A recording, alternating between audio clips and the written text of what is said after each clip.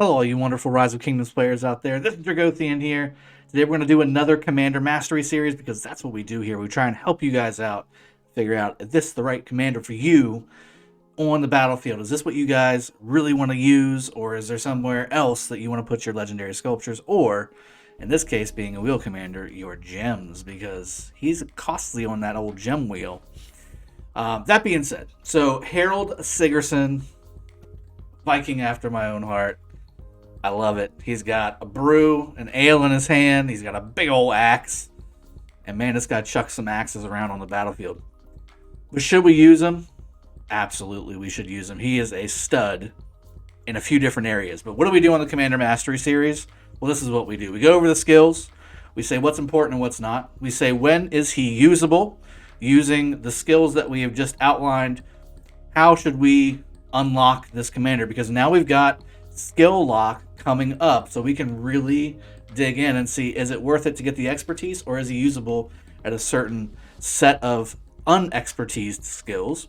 We're going to go over a couple builds that we can go through as well, and really what's his use, like where do you want to use him at to maximum effectiveness, where is he just average, where is he not good. We're going to go over all that. Okay, also, again, thank you for hitting the like button, hitting the sub button, the bell notification, all those good things. I am a sponsored content creator for Rise of Kingdoms. So this is what's coming at you. We're going to go through all that stuff, and I'll take a little peek at the equipment as well. So first off, let's go through the skills really quickly. The first skill, his bread and butter. This is where axes start a flying, called Berserker. If you're not surrounded, you have a 1200 direct damage factor nuke, which is not that great. Okay, when you're first looking at it, you're like, Minna does better than that. Sun Tzu is almost as good as that, and it's also AoE. But then as you start to read this skill and then the other skills, you'll start to see how this kind of makes sense. So if he's not surrounded, he has a 1200 damage factor nuke, which is, again, a little on the lower side. But if he's surrounded, you can direct damage up to 3 targets in a circular effect, just like YSG. It is a little smaller. It's not the same, massive circle that YSG has, but it's a little smaller. But then the damage factor gets bumped up to 1500, but it also gets the 15% damage reduction per target too. So you have to kind of figure out which way is best and all that good stuff. Now, also, in addition to all that, which is really cool, okay, after using this particular skill, troops gain 20% increased damage for 2 seconds. To me, and this is where the pairings start to get a little fuzzy, and I am going to do a pairing video for Harald. You're going to want to see it. To me, that skill means Harald should be first. Harald should be primary, and you should have a heavy nuker behind him, like, say, a YSG or something like that. So, that's number one. That's the first skill. Second skill, Viking Battle Axe. Again, I'm loving these names of the skills. When attacking strongholds and cities. So that's doesn't say during a rally. It just says when attacking strongholds and cities. Ideally, that's a rally, but you may be swarming, and if you're Heroic Anthem, you may be swarming to pretty good effect. Infantry units led by this commander gain 10% increased attack, and whenever they take damage, they have a 10% chance to reduce that damage by 30%. This damage reduction effect can trigger once every 5 seconds. That's pretty darn cool. So you're going to get an attack bonus, and once every 5 seconds, probably more than likely once or twice every set of turns is what I usually like to say here.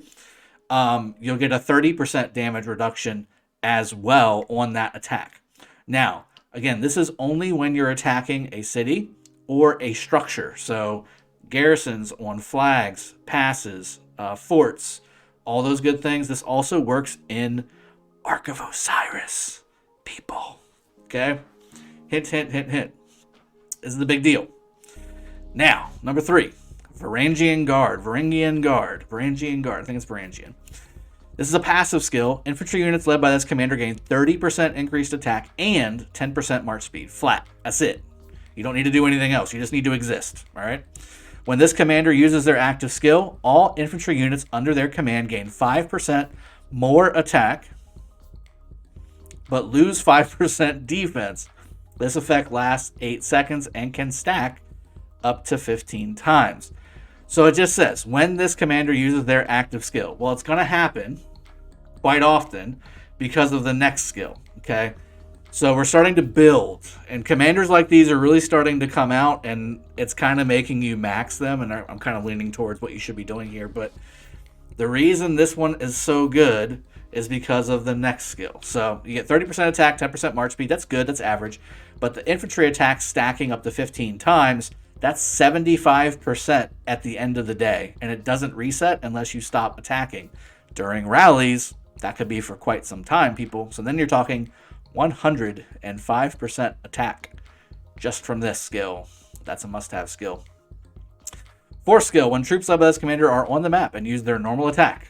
Here's where this skill makes the third skill really make sense, because otherwise this wouldn't make sense. This commander has a 20% chance. Now 20% is huge compared to 10% in this game. I don't know why, it just is. 20% is massive. 20% chance to cast their active skill and grant their troops immunity to all defense reduction effects for 3 seconds. Now, it doesn't stop the reduction effects from stacking, it just stops them from applying, okay? So keep that in mind. This skill can also trigger once every 5 seconds. This skill will trigger once every 5 seconds on the dot almost every single time, okay? If not every single time. Now, the reason this skill is important, if you go back to the third skill, it says this effect lasts for 8 seconds and can stack up to 15 times. Well, usually a turn, which is how long it takes for an active skill to fire off, is around 10 to 12 seconds, 10 to 12 turns, which means if this fourth skill wasn't a thing, this third skill only will always have 1 stack. With the fourth skill, you really stack it up to the 15 times, okay? All that adds up to really all of these skills being useful. You have to have his first skill. His second skill, you could technically reduce it here. I like the damage reduction, but honestly, if you really want to go low spending version of this guy, you can go 5-1-5-5 and lock that second skill. His expertise is really good though, which is what we're about to go over. Valhalla, we're running to Valhalla. Passive skill, counterattack damage dealt on the map is increased by 20%. This is in addition to everything else. If surrounded, which there's a good chance you're going to be whether you're in the open field or if you're in a rally, counterattack damage dealt will be further increased. Bonus damage equals number of surrounded enemies times 2% with an upper limit of 10 surrounding enemies. Now, at max, obviously, that's a maximum of 40% counterattack damage. That's pretty substantial. At the end of the day, again, if you want to have the 90% version of Harald, you can go 5-1-5-5 and be perfectly fine, because this expertise only triggers when you're surrounded, which means when you're getting swarmed. This will happen. Trust me, it'll happen, especially at the top level of the game. But if you don't necessarily see that happening very often to you, or if you're the big dog on the server and anybody swarming you is just going to get melted around you anyway, you can go 5-1-5-5 and be perfectly fine. You get all the stacks from the fourth skill affecting the third skill, and you get the Berserker first skill obviously being maxed out, giving you the damage bonus, and also, of course, all that juicy skill damage. Now, what does this all mean to you? Right? I'm going to open Discord, and hopefully this doesn't pop up on the main screen. Good, it didn't. I'm going to drag... Well, no, I'm not going to drag it over. I'm going to just go ahead and open it up. Here's what we're going to do now. So, what does all this mean? Where is he usable at? Okay? So, in Arc, he is an absolute stud. He is an absolute stud in Arc for a couple reasons. One, Arc has that damage bonus that you get, and anytime there's skill damage involved, or really high normal attack damage, i.e. Attila Takeda, those things stack on top of each other to be really good inside of Arc. Now, what did we say about that second skill, attacking strongholds and cities? That's basically the entire thing of Arc. So that will apply, and this is where an expertise Harald will go a long way. Now, what do we see as far as, again, just to recap, what you can use him at? Minimum 5-1-5-5 is really where you want to be. You can expertise him if you're going to be using him a lot. I would suggest that you do if you're a bigger player and you're playing in big boy games. You're not playing in you're the biggest whale and there's 3 other people that are kind of big near you and then everybody else is 30 million. You can probably get away with 5-1-5-5 and be just fine. Where's his best use? Arc is one, like we just said. Next one is Heroic Anthem KVK. He is an absolute stud. In KVK in general, he's an absolute stud. But The reason this is the case, this man fires off axes like it's going out of style. I mean, like it is going out of style, people. This thing looks like an axe machine gun. It looks like a tennis ball shooter, but with axes. Like it's insane. And if you pair him up with a Guan primary, or if you pair him up with a Charles or a Leo or a who else can we put him with? That's really really good here. Alex. Oh my God, Alex. How could I forget Alex? Alex primary, Harald secondary. Oh my goodness, it's amazing. So again, this guy just starts chucking axes. His downfall, his only downfall, is that, well, he's got two downfalls.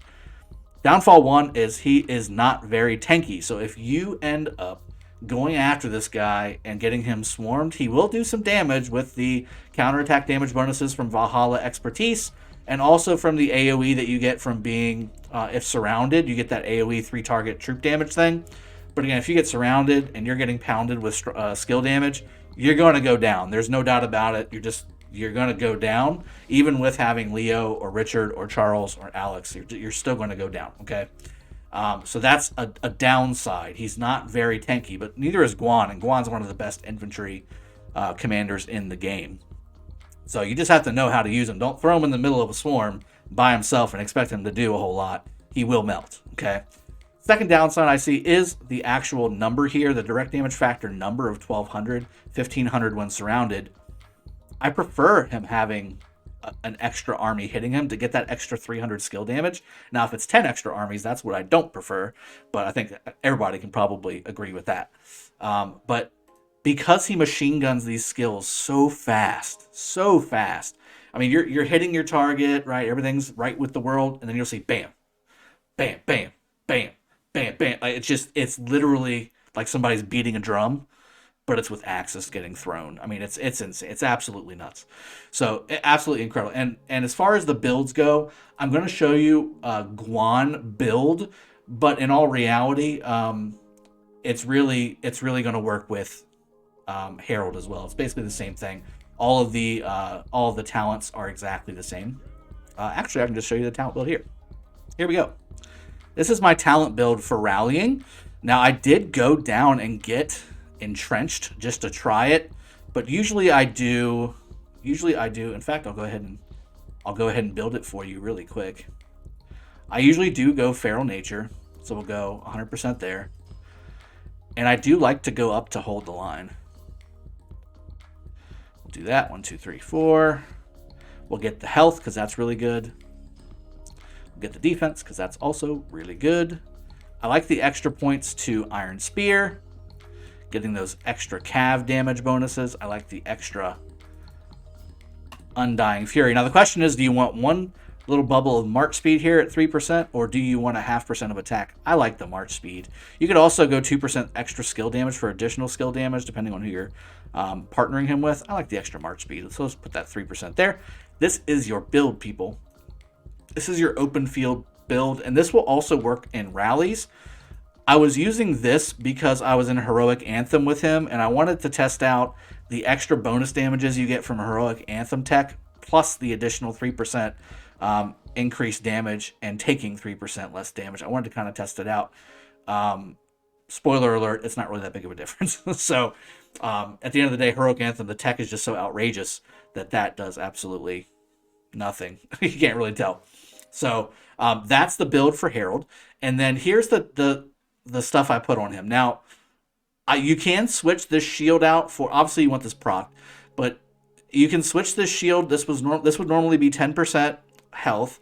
You can switch this out for the Sakura's Blade. That's usually what I have on my Guan, a procced Sakura's Blade, which gives you about 16%, I think. Let me go ahead and put it on just so I can show you. Oh, I don't have it procced. It's just normal. It's 13% plus 3%, or plus 25%, which is about 3%. So 16% attack, roughly, or 15.5, whatever it ends up coming out to. You can do that for the extra damage. I like having health on Harald because I usually use him in rallies or open field, and he just works really well with some extra health. I do have Eternal Knights on him. You can use Kerouac's Humility if you want to here. And then same thing with Shio's Return. I've got the extra defense here, but you can, in fact, again, use him with some of the, Frost Boots, the Frost Guards, Frost Treads. It's not quite as expensive as the Shio's Return. You can get pretty much a good bang for your buck.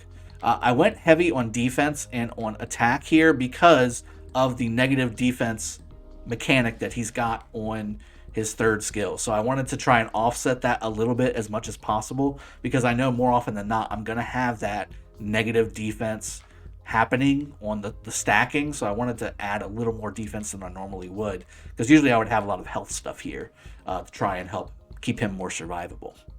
So that's what I did, guys. So again, his best uses: arc for sure, KVK, massive KVK, open field, rallying. He does it all really well, but he shines. He shines with Alex, with Guan. He does okay with Leo, but that's not really his fault. It's more Leo's fault. And then again, Charles also works really well with this bad boy as second. I hope you guys have enjoyed this video. And again, I'm freezing cold right now, so I apologize if I'm sniffling or anything. I will see you guys next time. Cheers. Have a good one. Take care.